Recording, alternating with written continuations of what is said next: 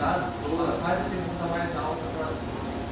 Meu nome é Edson, eu consultei com você em 2007, não sei se você está lembrado. Eu assisti a sua palestra e fiquei muito triste. Vou fazer a pergunta. Nos casos dos tumores mistos, componente sólido e componente líquido, característica cística associada a um tumor sólido. Em 2007, você deveria estar quase começando, então, você falou de dois anos e pouco de experiência. De 2007 até hoje, 2009, passaram-se 2 anos. Que avanço que obtivemos em relação ao componente cístico para a radiocirurgia? Não tem, assim, a questão aí não é de avanço, é a questão de biologia. Tá? Você tem um tumor, não mudou. Não mudou, porque assim, imagina, você tem uma cavidade cheia de líquido. O que a radiocirurgia faz? Isso é importante falar. A radiocirurgia, como que ela age? Ela age na objeção-alvo da radiocirurgia, a radiação é o DNA. Se ela lesa o DNA da célula, ela com isso impede que a célula se repopule. A primeira coisa que ela faz é parar o crescimento. Além desse aspecto, a lesão do DNA, ela faz uma outra coisa, que é a alteração vascular tardia. A microvasculatura, os pequenos vasos, eles começam a alterar, o tumor, ele, como se ele ficasse sem... não que ele vai morrer de inanição, mas ele fica sem uma parte funcional. A tendência é que ele pare de crescer por esses 2 motivos. Lesão no DNA e parada da chegada de nutrientes. Isso é uma lesão sólida, tem um ar, tem um céu aqui. Uma cavidade cheia de líquido, eu vou fazer a radiocirurgia, então eu estou irradiando líquido ali, não estou fazendo nada. Então, nesse tipo de situação, a abordagem é coisa mecânica, eu tenho que ir lá ou tirar, ou funcionar. Alguns fazem, tem caso, o doutor fala o seguinte: tem um componente sólido lá do intestino e o cisto. Vai lá, funciona o cisto, murcha aqui e fica só no sólido, faz a radiocirurgia no sólido. É uma opção dessa. Tem nada que faça isso. Mas, normalmente, componente expansivo cístico, a conduta normalmente é cirúrgica. A radiocirurgia aí desculpa o termo, é enxugar gelo. Tá? Nessa mesma época, a gente está conversando com o Dr. José Cláudio, cogitou a expectativa, grande avanço que isso poderia vir para os cistos renais. Só que assim, acabou que então mantém ainda, como você explicou, componente cístico, presença de líquido, então por um rim não tivemos. Porque na época a gente ficou meio empolgado no sentido da radiocirurgia, a gente não pode fazer. Eu acho que por isso é importante até a gente, todos nós estarmos aqui reunidos para primeiro informar, depois não criar falsas expectativas, não criar panaceias. Né? A cirurgia, sou suspeito para falar, né? Eu acho uma ótima ferramenta auxiliar, mas tem que ter critério e tem que saber indicar. Não adianta, até lesão cística não tem como a radiocirurgia agir. Não é o caso ideal. E foi muito bom quando a gente conversou com o Douglas, a sinceridade dele. Ele veio de Santa Catarina para cá, disposto a fazer. Vamos fazer, o Dr. José Cláudio estava empolgadíssimo, nós mais ainda. Chegamos aqui e foi super sincero: olha, no teu caso, melhor você fazer cirurgia convencional. Vai para aqui, descer em Florianópolis e fica tranquilo. Hoje estou bem. Mas assim, é a ética que a gente procura no profissional médico. Olha, dá para fazer, faça. Não vale a pena fazer. E o colega falou: tem um componente sólido predominante? Faz, não vai fazer prejuízo aquilo ali. Não dá, tem um componente cístico, procura um método convencional, cirurgia. Padrão ouro, vai lá e faz. Ainda deixar bem bastante claro: o padrão ainda é fazer cirurgia. Tá? Mas é muito comum, eu vejo vários casos de pacientes, não é raro ter um angioblastoma. Tá?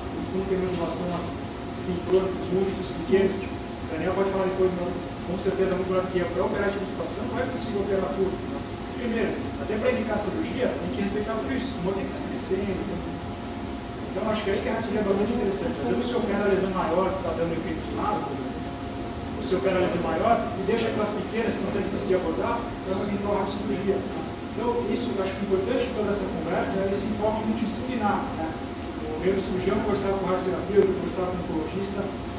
Aí sim, acho que aí todo mundo sai ganhando. Né? Não ficar aquele pensamento estanque, né? Não, vamos falar uma coisa ali, outro ali, passa no profissional que às vezes não é ético, indica por indicar, até por interesse. Então, acho que é importante vocês se associarem a isso. Tudo ganha corpo. Tá. Infelizmente, o acesso à radiocirurgia não é fácil, seja no Brasil ou até mesmo em São Paulo. Obviamente, nos grandes centros, isso é mais fácil. Né? Mas se a gente pensar em radiocirurgia pelo SUS, quais os centros que hoje dispõem de radiocirurgia pelo SUS?